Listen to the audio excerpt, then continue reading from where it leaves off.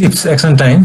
अब एक्सन टाइमको टिप्स तपाईँले कहिलेकाहीँ मार्केटमा बाई सेल गर्दै गर्दाखेरि पनि केही कुराहरू ध्यानमा राखेर काम गर्न सक्नुभयो भने तपाईँहरूलाई बढी बेनिफिट हुने अथवा तपाईँले अझै स्मार्टली काम गर्न सक्ने अवस्था हुन्छ। त्यो एक दुईवटा म टिप्सहरू तपाईँलाई भन्न गइराखेको छु। अब अहिले लाइभ मार्केट खुलेको छैन, नत्र लाइभ मार्केटमा मैले देखाउँथेँ। Do not be fooled from the buyer and seller numbers in the market depth. तपाईँहरूले जसले मार्केट डेप्थ हेरिराख्नु भएको होला, जसले अनलाइन काम गरिराख्नु भएको होला अथवा अनलाइन नलिनु भए पनि नेपालीस्टक.com अथवा नेपालीस्टक.com.np जुन नेप्सेको साइट हो त्यसमा गएर तपाईँले मार्केट डेप्थ हेर्न सक्नुहुन्छ। अहिले मार्केट डेप्थ सबैको लागि खुला छ, तपाईँले ट्रेडिङ गरे पनि नगरे पनि हेर्न सक्नुहुन्छ। त्यहाँ गएर मैले धेरै साथीहरूले चाहिँ के भन्ने गरेको पाएको छु भने फलानु कम्पनीको XYZ भन्ने कम्पनीको बायर चाहिँ 1,50,000 किताको छ, सेलर जम्मा 5,000 किताको छ यार भन्नुहुन्छ।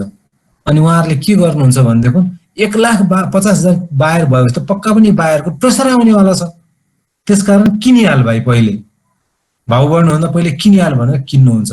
तर त्यहाँ चाहिँ ब्रोकरका स्टाफहरूले अथवा ब्रोकरहरूले अथवा अहिले त हामी जस्ता अलिकति बुझेका अनलाइन काम गर्ने मान्छेले पनि त्यहाँ ट्र्याप फ्याँकिराखेको हुन्छ। त्यो ट्र्याप चाहिँ के हुन्छ भने बिक्री नै हुन नसक्ने भाउमा लाखौं किता सेयर हालिदिइरहेको हुन्छ त्यहाँ, किनभने त्यही सोझा सादा जनतालाई एट्र्याक्ट गर्नको लागि। बाफ्रे 1,50,000 जना बायर, किनभनेदेखि त्यो ब्रोकरको अनलाइन ट्रेडिङ कन्सोलमा त अहिले भर्खरै इन्ट्री हाल्न मिल्छ, अहिले भर्खरै डिलिट गर्न मिल्छ, 5 सेकेन्डमा डिलिट गर्न मिल्छ भने उसले के गरिरहेको हुन्छ, वास्तवमा उसलाई बेच्नुहुन्छ त्यो कम्पनीको सेयर। तर मानिलिउँ 200 रुपियाँमा बायर छ, 202 रुपियाँमा सेलर छ, अनि अर्को बायर 200 रुपियाँ भन्दा तल 179 मा 198 मा 197 मा बायर छ। उसले त्यो चारैवटा क्रस भएर आउन टाइम राखेर उसले 190 मा 185 मा जतिसम्म सिस्टमले लिन्छ लास्टको प्राइसमा 1,00,000 किता हालेर राखिदिन्छ म किन्छु भनेर। जबकि उसले त्यो किन्ने होइन, किनकि उसलाई थाहा छ त्यो 1,00,000 कितासम्म किन्ने बेलासम्म आइपुग्दाखेरि त मान्छेले बेच्दाखेरि त माथिको 4-5 वटा सबैलाई खाएर आउनुपर्छ, त्यो नखाइकन एकैचोटि तलको खान पाइँदैन सस्तो पायो भनेर, होइन, उसलाई थाहा छ। अनि उसले त्यहाँ चाहिँ एकदम धेरै कति न धेरै बाहिर आएको जस्तो क्रिएट गर्छ। अनि यतापट्टि चाहिँ बेच्नेमा हालिराखेको हुन्छ, आफ्नो बेच्ने सेयर चाहिँ जेन्युन प्राइसमा हालिराखेको हुन्छ। अनि जब आफ्नो सेयर बिक्री हुन्छ नि, सोझा साझा मान्छे ट्र्यापमा पर्न जान्छ नि त, ओ 1.5 लाख जना बायर, 1.5 लाख किता बायर भनेर झ्याममा किन्छन्। कसको किन्न जान्छन् त, सबभन्दा जेन्युन रेटमा उसैको रेट हालिरहेको छ, उसैको सेयर किन्छन्। अनि उसलाई रियालिटीमा बेच्नुहुन्छ, तर उसले बायरको किता जेनेरेट गर्छ। अनि आफ्नो काम पुरा भइसकेपछि आफ्नो अपना काम बनता भाड में जाए जनता, अनि उसले त्यो 1,00,000 किताको किन्ने चाहिँ स्वाटै डिलिट गरिदिन्छ। अनि पछि आएर हेर्नुहुन्छ, अरे किन्ने मान्छे 5,000 छ, बेच्ने मान्छे त 2,000 मात्रै छ। यसरी त्यसलाई हामी गोल्डन ट्र्याप भनेर भन्छौँ। त्यसकारण सेयर मार्केटमा ट्रेडिङ फास्ट ट्रेडिङ गर्ने मान्छे र अलिकति बुद्धि चलाउने मान्छेले यस्तो गोल्डन ट्र्यापहरू, खास गरी ब्रोकर र तिनका स्टाफहरू यस्तो गोल्डन ट्र्यापहरू हालिराखेको हुन्छ। So moral of the story के हो त, टोटल नम्बर अफ बायर अथवा बाइङ किता, टोटल नम्बर अफ सेलिङ किता हेरेर डिसिजन नगर्नु होला। मिसलिडिङ डिसिजन हुनसक्छ, रङ डिसिजन हुनसक्छ। मोरल अफ द स्टोरी यो भनेको बुझ्नुभयो। तपाईँ नयाँ नयाँ हुनुहुन्छ भनेदेखि ब्रोकरलाई फोनबाट अर्डर दिइराख्नु भएको छ अथवा ब्रोकरकोमा कहिलेकाहीँ सानसानो किता किन्न गयो भने भइसक्यो भनेर उसले त्यसै टारिदिन्छ, उसलाई बोल्ने फुर्सद हुँदैन। अनि तपाईँले गर्नुहोस्, तपाईँले कुन कम्पनीको कुन हो त्यो राखेर स्क्रिनिङ गर्न मिल्छ, फ्लोर सिटमा फिल्टर गर्न मिल्छ। त्यो गर्दाखेरि मानिलियो तपाईँले नबिलको 100 किता दिनुभएको थियो 850 रुपियाँमा, नबिलको 100 किता तपाईँकै ब्रोकरले, होइन, तपाईँलाई ढुक्क हुनुहोस् कि तपाईँको सेयर किनियो, तर ठ्याक्कै 100% भन्न चाहिँ मिल्दैन। किनकि ठ्याक्कै तपाईँकै जस्तो मान्छे तपाईँकै प्राइसमा तपाईँले भनेको कम्पनी तपाईँकै ब्रोकरबाट अथवा अनलाइनबाट किनिराखेको हुनसक्छ, होइन, काकताली पर त्यस्तो नै हुनसक्छ। तर 90% चाहिँ तपाईँले मार्केट चल्दा चल्दै अब कसो कति भयो, ब्रोकरले कति किने कति बेच्यो त मार्केट बन्द भएपछि आउँछ। तर मार्केट चल्दा चल्दै पनि तपाईँले कन्फिडेन्सका साथ त्यो गर्न सक्नुहुन्छ। यो चाहिँ किनभने क्यास म्यानेजमेन्ट गर्नको लागि। तपाईँले 5 लाख रुपियाँ क्यास लिएर बस्नु भएको थियो, अब 2 लाख रुपियाँको तपाईँले अर्डर दिनुभएको, किन्यो कि किनेन थाहै भएन भने त अब किनेन होला भनेर किनिदिउँ 5 लाख सट्टा 7 लाख हुन्छ, भोलि तपाईँले पैसा तिर्न नसक्ने अवस्था होला, त्यो भने फेरि क्लोज आउटमा परिएला होइन। अब किने छैन भनेर किन्यो भने बढी किनिएला, अब किनिसक्यो होला भनेर बसिराख्यो भने किन्दै नकिने होला, त्यो भयो भने त ब्रोकरलाई फेरि दबाब दिनु पर्यो। अनि फ्लोर सिट हेर्दै गर्दाखेरि चाहिँ तपाईँले किने भन्नुहुन्छ, खोइ मेरो त्यहाँ आएको देखिनँ, तपाईँको फ्लोर सिटमा देखिँदैन त, मैले किताब मैले भनेको रेटमा, मैले भनेको कम्पनी भन्यो भने ब्रोकरको स्टाफले ओहो यो त फ्लोर सिट पनि हेर्न जान्ने क्लाइन्ट रहेछ भाइ, यसको त किनिदिनु पर्यो भनेर अलिकति दबाब परेर पनि किन्छ। यो चाहिँ सुरुमा नयाँ नयाँमा कहिलेकाहीँ यस्तो ट्रिक्स पनि हामी लगाउन सक्छौँ। मैले फ्लोर सिट हेरेँ, खोइ मेरो त आशा जस्तो हो, किन नकिनिदिनु भएको। अब अनलाइन भयो भने त्यो भन्नै पर्दैन, तपाईँ आफैले गर्ने हो। अफलाइन तपाईँले अर्डरहरू फोनबाट दिइराख्नु भएको छ भने चाहिँ कहिलेकाहीँ यो ट्रिक लगाउन सकिन्छ। Know the dividend pattern if you intend to invest from long term हो त्यो। तपाईँले डिभिडेन्ड प्याटर्न चाहिँ हेर्नु होला, यदि लङ टर्मको लागि तपाईँले इन्भेस्टमेन्ट गर्दै हुनुहुन्छ भने, जस्तो मैले हिजो हो क्या अरे एउटा उदाहरण दिएको थिएँ, कसकोबाट नोइज आइरहेको छ म्युट गरिदिनु न प्लिज। त्यो मैले उदाहरण दिएको थिएँ नि, 600 मा किन्न तयार भएको, 580 मा किनेको, फेरि 548 मा पनि किनेको, 537 मा किनेको, 507 मा पनि किनेको होइन। त्यो चाहिँ मैले 4 वर्षको डेटा हेरेर किनेको थिएँ नि होइन, डिभिडेन्ड प्याटर्न एनालाइसिस गरेर 40% क्यास र बोनस सेयर गरेर 40% दिएको, तर 22% मात्रै घटेको। त्यो त राम्रो कम्पनी, मैले त्यो एनालाइसिस गरेर किनेको थिएँ। हुन त मैले त्यो ट्रेडिङको लागि किनेको थिएँ, तर तपाईँ ढुक्क भएर बस्न चाहनुहुन्छ भने पनि डिभिडेन्ड प्याटर्न चाहिँ हेर्नु होला। कम्तीमा यो कम्पनीले वर्षैपछि मलाई डिभिडेन्ड दिन्छ है भन्ने ढुक्क भएर मात्रै लङ टर्म इन्भेस्ट गर्नु राम्रो हुन्छ। किनिहाल्यो लङ टर्म भनेर डिभिडेन्डै नदिँदैछ, डिभिडेन्ड हिस्ट्री नै हेरिएन, डिभिडेन्ड प्याटर्न हेरेन, बोनस देला भनेर कुरिरहेको हुन्छ, 1 वर्ष गइसकेको हुन्छ दिँदैन, किनभने उसको त दिने ट्रेन्ड नै छैन। त्यसकारण लङ टर्म इन्भेस्टरले डिभिडेन्ड प्याटर्न पनि हेर्नुपर्छ। अनि कहिलेकाहीँ नयाँ सेयर होल्डरहरूको लागि चाहिँ नयाँ नयाँ साथीहरूले चाहिँ मार्केट फलो, त्यो कम्पनी फलो गरिराख्नु भएको हुन्छ, यतिमा आयो भने त म किन्छु भनिराख्नु भएको हुन्छ। अनि एक दिन मार्केटमा खोलेर हेर्दा ठ्याक्क उहाँले भनेको वा त्योभन्दा तल तल त्यो पैसा पाउनुहुन्छ, अनि हतारेर टेम्पटेसनमा आएर उहाँले किनिदिनुहुन्छ, तर त्यसको जस्ट 1-2 दिन अगाडि बुक क्लोज भएको हुन्छ, अनि बुक क्लोज भएको कारणले प्राइस एडजस्टेड भएर घटेको हुन्छ।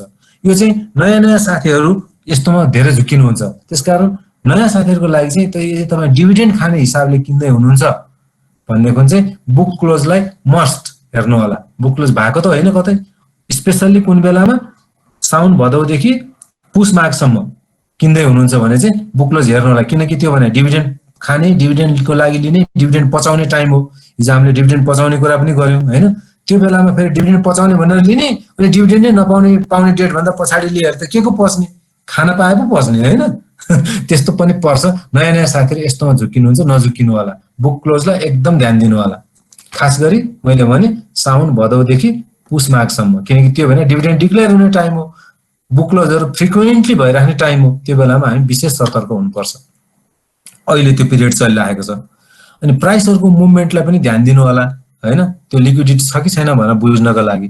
मैले हिजो 2टा देखाएँ होइन, एउटा बोटलर्स नेपाल बालाजुको, एउटा चाहिँ नि मैले कुनको देखाएको थिएँ। लिक्विडिटी भएको कम्पनीको मात्रै किन्नु होला, लिक्विडिटी नभएको कम्पनी नकिन्नु होला भनेर भनेको एउटा कुरा प्राइस मुभमेन्ट भनेको। अर्को भनेको चाहिँ यसको अब बेटा एनालिसिस, भोलेटिलिटी एनालिसिस भन्छ होइन, एडभान्स ट्रेनिङमा हामी त्यो सिकाउँछौँ। तर अहिलेको लागि तपाईँले त्यो गर्न नजाने पनि कतिको यसको प्राइस कतिको घट्छ कतिको बढ्छ कि, बढ्दाखेरि 10 रुपियाँले बढिरहेछ, घट्दाखेरि 15 रुपियाँले घटिरहेछ कि, त्यो भयो भने यसको नेगेटिभ बेटा नेगेटिभ भोलाटिलिटी बढी छ, स्ट्यान्डर्ड डेभिएसन नेगेटिभ छ भनेर भन्छन् होइन। बढ्ने बेलामा हाई रेसियोले बढिरहेछ, घट्ने बेलामा चाहिँ कम रेसियोले घटिरहेछ भने चाहिँ त्यो चाहिँ डिफेन्सिभ स्टक रहेछ भनेर बुझ्नुपर्छ, र त्यो चाहिँ लङ टर्मको लागि बढी सुटेबल हुनसक्छ। ट्रेडरको लागि त वात्त बढ्ने वात्त घट्ने नै चाहिन्छ, तर लङ टर्मको लागि चाहिँ डिफेन्सिभ स्टक कसरी देखिन्छ भन्दा प्राइसको मुभमेन्टले देखिन्छ, बढ्दा बढीले बढ्ने, घट्दा रिलेटिभली कमले घट्ने। अब ट्रेडर हो भने कस्तो चाहिन्छ, बढ्दा पनि सेम रेसियोले बढ्ने, घट्दा पनि सेम रेसियोले घट्ने खालको प्राइस मुभमेन्ट चाहिन्छ, अनि मात्रै त्यो उनीहरूको स्ट्र्याटेजीसँग म्याच हुन्छ। यसमा केही क्वेसन छ, म स्ट्र्याटेजिक पार्ट भएको हुनाले हरेक उसमा यहाँ तपाईँकोमा आउन खोजिरहेको छु है क्वेसनको लागि। डिभिडेन्ड प्याटर्न भनेको मैले हिजो 2टा कम्पनीको देखाएको थिएँ नि, एउटा नेपाल बैंकको देखाएको थिएँ, एउटा अरू कुनै एनआइबीको कि कसैको देखाएको थिएँ। एनआइबीले हरेक चोटि चाहिँ नि डिभिडेन्ड राम्रो डिभिडेन्ड दिइरहेछ। नेपाल बैंकले पोहोर साल मात्र डिभिडेन्ड दिएको देखिन्छ।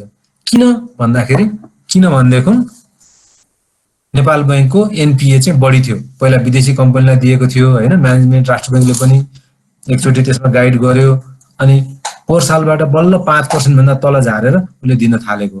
त्यसको पछाडि रिजन छ, तर नेपाल बैंक कोही मान्छेले 5-7 वर्ष अगाडिदेखि डिभिडेन्ड पाउला भनेर किनिराखेको भएदेखि त उहाँले डिभिडेन्ड प्याटर्न नहेरेको कारणले गर्दा उहाँले 5 वर्ष अनावश्यक कुर्नु परेको, घाटा भयो नि त। त्यसैले डिभिडेन्ड प्याटर्न हेर्नु जरुरी छ भनेको। Beta is greater than 1 applicable for traders. अब यो चाहिँ टेक्निकल एनालाइसिसको अलिकति अरूले नबुझ्नेमा गयो हैन। तपाईले भन्नुभएको यो राइट हो, अब तपाईले मात्र बुझ्नुस् है। फर द फन्डामेन्टलिस्ट पक्नुस् है, बेटा इज ग्रेटर देन। फन्डामेन्टलिस्टलाई बेटा एनालाइसिस त्यति धेरै एप्लिकेबल हुँदैन, हेर्न सकिन्छ, तर बेटा एनालाइसिस खास गरी चाहिँ नि ट्रेडरहरुको लागि हो। गर्नलाई लिनलाई लिन्छन्, फन्डामेन्टलिस्टले पनि लिन सक्छन्, तर अब यो चाहिँ कोर्समा कभर नभए हुनाले मैले धेरै गइन है पुजनजी यसमा। 7:31 आई हेभ 15 मिनट्स मोर हैन, मैले सिद्ध्याउनु पर्छ, अलिकति स्पिडमा जाउँ, तर मसँग धेरै पनि छैन होला। Okay, paper trading. अब आज मैले नगरी नहुने कुरा चाहिँ पेपर ट्रेडिङ। म 15 मिनटमा गाह्रै पर्छ कि म तपाईलाई भनिहाल्छु है। तैपनि पेपर ट्रेडिङ भनेको रियल ट्रेडिङ। तपाईले शेयर मार्केटमा गएर किनबेच गर्नुभन्दा पहिला पेपरमा ट्रेड गर्ने। तपाईले लिस्ट निकाल्नुभयो, फन्डामेन्टलको टेक्निकल एनालाइसिस हेर्नुभयो, चार्ट हेर्नुभयो, कुन चाहिँ बेस्ट लाग्यो, त्यो बेस्ट लागेको कम्पनी तपाईले ल मैले आज यति किने भनेर डायरीमा लेख्नुस्, अथवा मैले एउटा एक्सेल टुल पनि बनाएको छु, अहिले म शेयर गरौँला, डायरीमा लेख्नुस्। र तपाईले के भन्नुस् भने आज तपाईको खातामा कति पैसा छ, मानिलिनु 5 लाख रुपैयाँ छ, तपाईको रियालिटीमै 5 लाख रुपैयाँ छ तपाईको खातामा मानिलिनुस् भने मसँग 5 लाख छ, मेरो क्यापेसिटी कति 5 लाख। मलाई 5 लाखले अब म पोर्टफोलियो कसरी बनाउँछु, म बैंक कति किन्छु, इन्स्योरेन्स कति किन्छु, माइक्रो फाइनान्स कति किन्छु, तपाईलाई बेस्ट लागेको कम्पनी त्यो 5 लाखले भ्याउने जति किन्दै जानुस् भनेको मैले नबिल जस्तो मैले 100 किता किने, 850 × 100 85,000 मेरो गयो 5 लाखबाट। अब मैले 4,15,000 को मात्र किन्न सक्छु। अब तपाईको अर्को सेकेन्ड बेस्ट कम्पनी कुन लाग्छ तपाईलाई, त्यो पनि तपाई पेपरमा किन्नुस्, डायरीमा नोट गर्नुस्, मैले यतिको किने। अब यो सबै गर्दै जाँदा चाहिँ तपाईलाई रियलमा नाफा घाटा हुँदैन, तपाईको पैसा जाँदैन, तर कन्फिडेन्स चाहिँ तपाईलाई रियल कारोबार गरे बराबरै आउँछ। तपाईले कहाँ गल्ती गर्नुभयो, प्राइस घटिरहेछ कि बढिरहेको छ कि, यो चाहिँ एउटा ट्रेडिङको हिसाबले पेपर ट्रेड। यो ट्रेडरहरूले ट्रेडिङ गर्नुभन्दा पहिला, रियल ट्रेडिङ गर्नुभन्दा पहिला गर्ने डम्मी एक्सरसाइज हो यो। अनि टाइमलाइन पनि सेट गर्नुस्, तपाई 1 महिनाको लागि होल्ड गर्न चाहनुहुन्छ कि 2 महिनाको लागि कि 3 महिनाको लागि, त्यो टाइम पनि सेट गर्नुस्। केडीसी डिसिप्लिन हैन त, म 2 महिनामा र्याप अप गर्छु मतलब गर्नुपर्छ। फेरि रिस्क रिवार्ड रेशियो सेटअप गर्नुस्। स्टप लस कति 10% राख्ने हो, रिस्क रिवार्ड रेशियो कति 1:1.5 1:2 कति, अघि मैले गाई र त्रिशूलको कुरा गरेको थिएँ हैन, त्यो सेटअप गर्नुस्।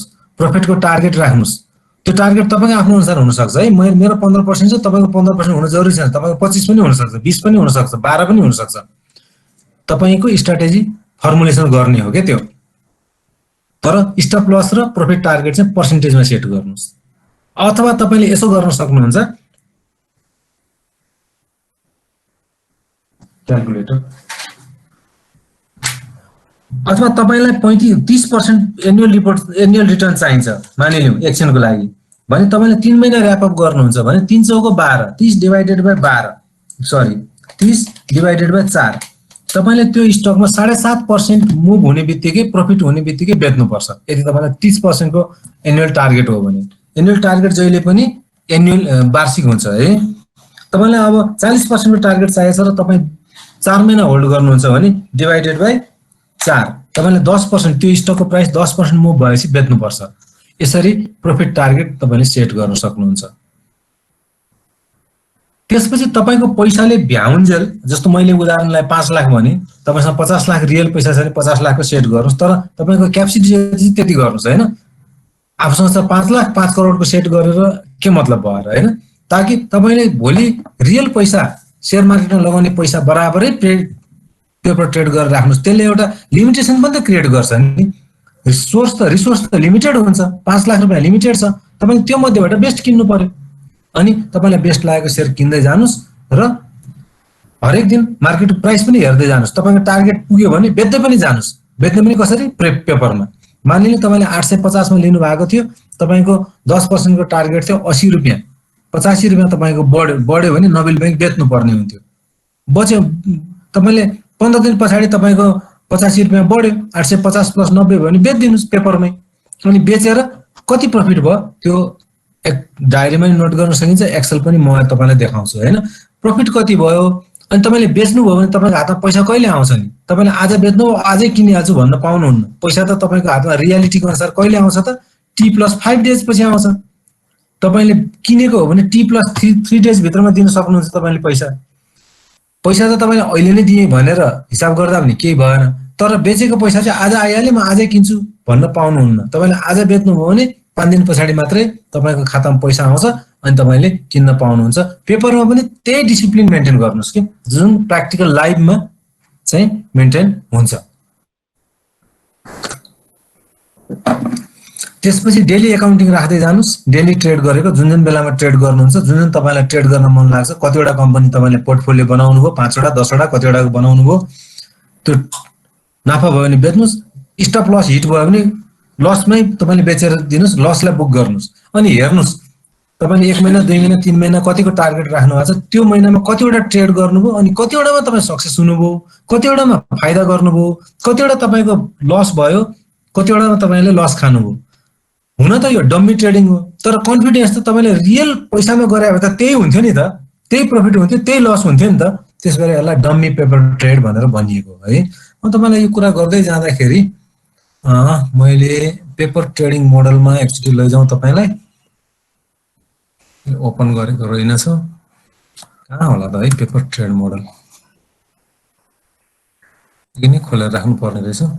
एक्सेल चाहिँ म तपाईँलाई त्यो एक्सेल चाहिँ पठाइ नै हाल्छु हैन, तपाईँले चिन्ता गर्नु परेन। अहिले यसो ग्लिम्स मात्र देखाइदिउँ भनेर खोजेको हो। भ्याएँ भने यहाँ कता सेभ गरेको छु, फाइल पनि धेरै हुन्छ। ओके, पेपर ट्रेड मोडल यहाँ छ। यसरी यो फाइल पनि तपाईँलाई आउँछ, तपाईँले चिन्ता गर्नु पर्दैन। यो फाइलमा पनि मैले फर्मुला लगाएको छु। मानिलियो तपाईँसँग एभाइलेबल फन्ड 5 लाख रुपैयाँ छ, तपाईँको टार्गेट प्रफिट 20% हो अरे, तपाईँको स्टप लस 8% हो अरे। यो मैले एउटा डम्मी एक्जाम्पल मात्रै राखेको है।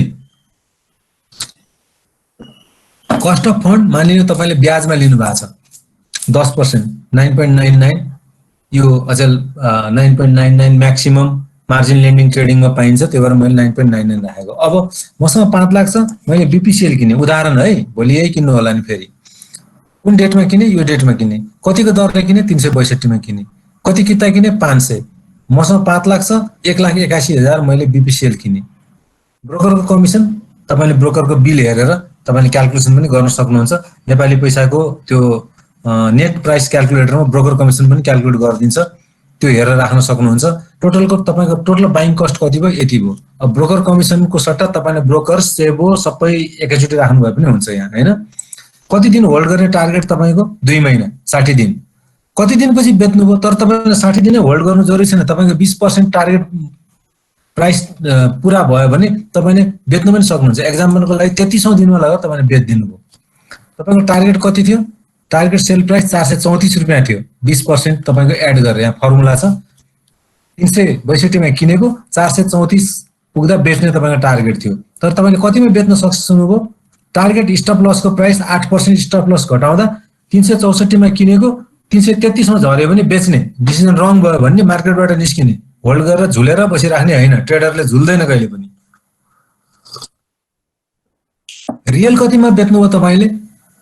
350 मा बेच्नुभयो, तपाईँलाई लस भयो जस्तो छ। सेल प्रोसिड 1,75,000 आयो, तपाईँलाई कस्ट अफ इन्ट्रेस्ट 9.99% ले 33 दिनको 1,639 रुपैयाँ ब्याज पनि पर्यो, तपाईँलाई लस भयो यसमा हैन। किनकि तपाईँले 434 मा 333 आएपछि तपाईँले बेच्छु भनेर भन्नुभएको थियो हैन, तर यहाँ चाहिँ 33 दिनमा तपाईँले 350 मा बेच्नुभयो। यो उदाहरण चाहिँ मिलेन हैन। तपाईँले 60 दिन भएको भए मिल्थ्यो। यहाँ 60 दिन भएको भए अब 60 दिनमा त तपाईँ एक्जिट हुनै पर्छ हैन। म त बसिरहन्छु भन्न पाइँदैन। 60 दिन हुँदा 350 मात्रै भयो भने तपाईँले निस्किनै पर्यो नि त। त्यो निस्किँदाखेरि तपाईँलाई 8,900 रुपैयाँ घाटा लाग्यो, तपाईँलाई 4.96% लस भयो हैन। तपाईँले रियल तपाईले टार्गेट कति राख्नु भएको थियो, रियालिटीमा कति भयो, टार्गेट कति थियो भन्दा तपाईको 24% तपाईको डाउनग्रेड भयो र तपाईको 5 लाखबाट अब पैसा तपाईको हातमा 4,94,000 मात्रै छ। अब सुरुमा मानिलिनु यो बेच्ने कुरा नगर्दाखेरि तपाईले सेल गर्नु भएन भने तपाईले किन्दै जानुस् पहिला 5 लाखबाट। 5 लाख त हातमा तपाईको हातमा पैसा एजम्पसन गर्नु भएको छ नि त, तपाई किन्दै जानुस्। जबसम्म 5 लाख सकिँदैन बेस्ट सेयरहरु किन्दै जानुस् अनि मार्केटलाई रियल मार्केटलाई ट्र्याकिङ गर्नुस्। रियल मार्केटमा ल मेरो यो चाहिँ बेच्नु पर्ने बेला भयो है भन्ने लाग्छ भने तपाई यो पेपरमै आएर फेरि सेल गरिदिनुस्। अनि सेल गरेर तपाईको कमिसन कति लागेर राख्नुस्, तपाईको हातमा कति पैसा आउँछ त्यो राख्नुस्। अनि लास्टमा तपाईले 1 महिना 2 महिना 3 महिनामा जति पनि सेयरहरुको ट्रेड गर्नुहुन्छ, जति पनि चाहिन्छ तपाईले रोहरु थप्दै जानुस्। तपाईको लास्टमा यो चाहिँ 5 लाख भन्दा यो हरियो जुन सेल देखिराख्नु भएको छ यो चाहिँ 5 लाख भन्दा बढी आयो भने तपाई एभरेज विनर हुनुभयो। एब्सोल्युट विनर होइन, कुनैमा घाटा लाग्छ कुनैमा नाफा हुन्छ। एब्सोल्युट विनर कोही पनि हुन सक्दैन, किनकि सबसे च्याम्पियन मान्छे पनि 70% भन्दा बढी विनर हुन सक्दैन भने चाहिँ 100% कोही पनि विनर हुँदैन शेयर मार्केटमा। त्यो लेखेर राखे पनि हुन्छ। तर एभरेज विनर भनेको चाहिँ 3 महिना पछाडी तपाईको यो 5 लाख रुपैयाँ लगाउनु भएको थियो, यहाँ 6 लाख रुपैयाँ आयो तपाईको टोटल भनेदेखि ओके यु आर विनर। अब मानिले यहाँ 6 लाख आयो भने तपाईको नाफा कति? 1 लाख। 1 लाख नाफा भयो एक्जाम्पल। तपाईको लगानी कति थियो? 5 लाख। तपाईको रिटर्न कति भयो? डिवाइडेड बाइ 5 लाख 20% भयो। अब तपाईले 3 महिनामा 20% कमाउनु भयो भने 1 वर्षमा त तपाईले 20 चौको 80% कमाउनु हुन्छ। यही रेशियोमा गयो भने अब कुनै बेलामा घाटा लाग्ला, कुनै क्वार्टरमा 3 महिनाको र्यापअप पिरियडमा कुनैमा घाटा कुनैमा नाफा गरेर तपाईले ट्रेड एज ए ट्रेडर वर्षभरिको अन्तिममा तपाईको पोर्टफोलियो चाहिँ तपाईको साउन्ड डुब्नु भएन, ब्याज तपाईले कति इफिसिएन्टली कमाउन सक्नुहुन्छ त्यो चाहिँ तपाईमा भर पर्ने कुरा भयो। यसलाई भनिन्छ पेपर ट्रेड मोडल। र 7:42 गयो, मेरो अर्को स्लाइड फेरि छैन होला हैन। म र्यापअप गर्न चाहन्छु। हाम्रो अजयजी आइसक्नु भएको होला, नभए पनि आउने क्रममा हुनुहुन्छ होला। अब पेपर ट्रेड गर्दाखेरि के कुरा? हजुर एउटा क्वेशन सोधेर गर्दा हुन्छ? होइन होइन, पहिला मलाई क्लोज गर्न दिनुस्, मैले अजयजीलाई टाइम दिनुपर्छ। मैले तपाईहरुको क्वेशन लिने भनेको चाहिँ अजयजीको क्लास सकेपछि मेरो ट्रेनिङको सानो एउटा इभ्यालुएसन हुन्छ, अनि म तपाईहरुको चाहे जति क्वेशन लिन्छु है। अहिलेलाई माइन्ड नगर्नु ल। हस्, त्यो पेपर ट्रेड गर्दाखेरि पर्सेन्टेज तपाईको सक्सेस पर्सेन्टेज कति रह्यो? मतलब 10 वटा ट्रेड गर्नु भएको थियो, 8 वटा सक्सेस भयो 80%, 20 दुईटा फेल भयो 20% फेलर। सक्सेस पर्सेन्ट कति भयो? फेलर पर्सेन्टेज कति भयो? प्रफिट कति भयो? जस्तो मैले अहिले गर्दा 5 लाख लगाउनु भएको थियो, लास्टमा 6 लाख रुपैयाँ आयो भने 1 लाख प्रफिट भयो एमाउन्टमा। पर्सेन्टेजमा कति भयो? मैले अघि 20% निकाले हैन। प्रफिट र लसको पर्सेन्टेज टार्गेटसँग कम्पेयर गर्दा मिल्छ कि मिलेन? तपाईको टार्गेट 20% कमाउनु थियो, यता पनि 20% भयो, मिल्यो। तपाईको टार्गेट 20 थियो, 18 मात्रै भयो, अलिअलि नट ब्याड। तपाईको टार्गेट 20 थियो, तपाईले 25-30 कमाउनु भयो, सुपर हैन। आफ्नो हिसाबले त्यसलाई चाहिँ एनालाइसिस गर्न सक्नुहुन्छ। How many times stop loss hit भयो? स्टप लस धेरै पटक कति पल्ट हिट भयो हैन, त्यो पनि हामीले क्याल्कुलेसन गर्न सक्छौं। टार्गेट टाइम भन्दा पहिले नै तपाईको प्रफिट टार्गेट मिट भएर कतिचोटी 2 महिना होल्ड गर्छु भन्नुभएको थियो, 2 महिना 1 महिनामा तपाईले प्रफिटमा एचिभ गर्नुभयो कि? त्यस्तो टार्गेट समय भन्दा पहिला प्रफिट कतिवटामा तपाईले लिन सक्नुभयो? अथवा टार्गेट समय चाहिँ गइसक्यो तर न ल स्टप लस हिट भयो न प्रफिटको टार्गेट हिट भयो। अब त्यस्तो कतिवटा इन्सिडेन्टहरु आए, यो कुराहरु तपाईले एनालाइसिस गर्न सक्नुहुन्छ। र त्यसले के इन्डिकेट गर्छ भने कम्तीमा 2-3 वटा पेपर ट्रेड साइकल गर्नुस् अनि मात्र रियल ट्रेडमा जानुस्। स्टप लस धेरै पटक हिट भयो भने तपाईले धेरै रङ डिसिजन लिइराख्नु भएको छ, साइकोलोजिकल टेम्पटेसनमा तपाईले चाहिँ डिसिजन लिनु भएको छ भन्ने इन्डिकेट गर्छ। One of the indicator, major indicator. तपाईको प्रफिट चाहिँ रिच भएन, इन्डियन एभरेज भएन भने अझ तपाईले राम्रो कम्पनीहरु सिलेक्ट गर्नमा स्ट्रङ डाटा भएको, म्यानिपुलेटेड नभएको स्टकहरु लिने प्रयास गर्नुपर्छ भन्ने बुझिन्छ। तपाईको ब्याक टेस्ट चाहिँ फेल भइराखेको छ, तपाईले ब्याक टेस्ट गर्दै जानुभयो, कम्तीमा 50% त मिल्नु पर्ने, मिलिरहेको छैन भन्देखि तपाईमा केटीसी प्रिन्सिपलको कमी भयो हैन। या त हाम्रो नलेज पुगेन, या त हामी डिसिप्लिन भएनौं, या त हाम्रो क्यापिटल म्यानेजमेन्ट राम्रो भएन भन्ने अर्थ लाग्छ। त्यसकारण कम्तीमा 50% भन्दा माथि त सक्सेस हुनै पर्यो, नत्र एज ए ट्रेडर हामी विनर हुन सक्दैनौं। होइन गाई र त्रिशुल गर्दाखेरि उही 5 आयो भने बल्ल बराबर साफा नाफा भए जस्तै कुरा त हो नि। टेक्निकल इन्डिकेटरको ब्याक टेस्ट गर्दा अघि मैले एमएसिडी त्यसपछि बुलिङ्गर ब्यान्ड राखेर ब्याक टेस्ट गराउन सिम्पल झलक देखाएँ नि त होइन। त्यसमा चाहिँ 50% भन्दा बढी टेक्निकल इन्डिकेटरहरूको ब्याक टेस्ट फेल भइरहेको छ भने के बुझ्नुपर्छ भने त्यो चाहिँ म्यानिपुलेटेड स्टक हो। जेन्युन स्टकमा मार्केटको फोर्सले डिसाइड गर्नेमा कम्पनीहरूमा 50% भन्दा टेक्निकल इन्डिकेटरहरू फेल हुँदैन। यदि टेक्निकल इन्डिकेटर बारम्बार फेल भइरहेछ भने कसैले उल्टोलाई सुल्टो सुल्टोलाई उल्टो बनाएर त्यहाँ प्ले गरिरहेको छ। प्रायः सानो सानो कम्पनीहरूमा यो एप्लाई हुन्छ।